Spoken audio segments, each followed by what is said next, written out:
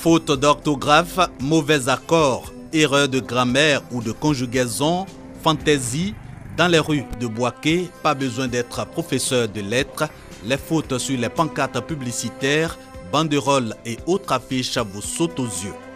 On voit cette faute-là un peu partout. On ne peut pas faire 100 mètres sans voir cette photo-là. Sur les murs des hôtels, on voit. On se pose la question, à qui la faute? Palme d'or des fautes sur les affiches publicitaires, le secteur informel. Pour les opérateurs, mal ou bien écrit, peu importe. L'essentiel, c'est que le message passe. Moi, je regarde pas, moi, je vois les fautes et puis bon, je me casse quoi. Moi, je n'ai pas le temps. Ici, le mobile, c'est la satisfaction du client. Le reste est bien moins important. D'ailleurs, les opérateurs du secteur informel imputent la faute aux concepteurs des messages publicitaires. Accusation que ces derniers rejettent. L'erreur ne vient pas de nous, ça vient des calligraphes. Ceux qui le font, c'est parce qu'ils ne sont pas instruits. Aujourd'hui, après une formation de 1 an, 2 ans, le petit croit qu'il connaît, il va se battre.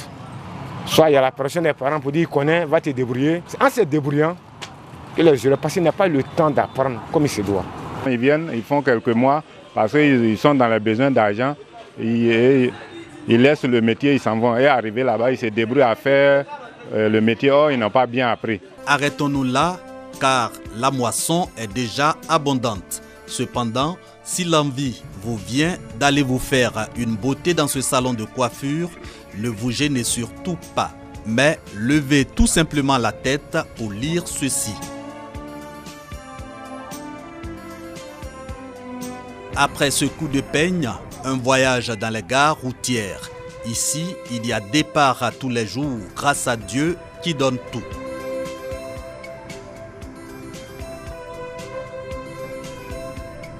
Le diagnostic posé semble donc clair. La langue de Molière est massacrée dans les rues de Bouaké sous le regard de tous.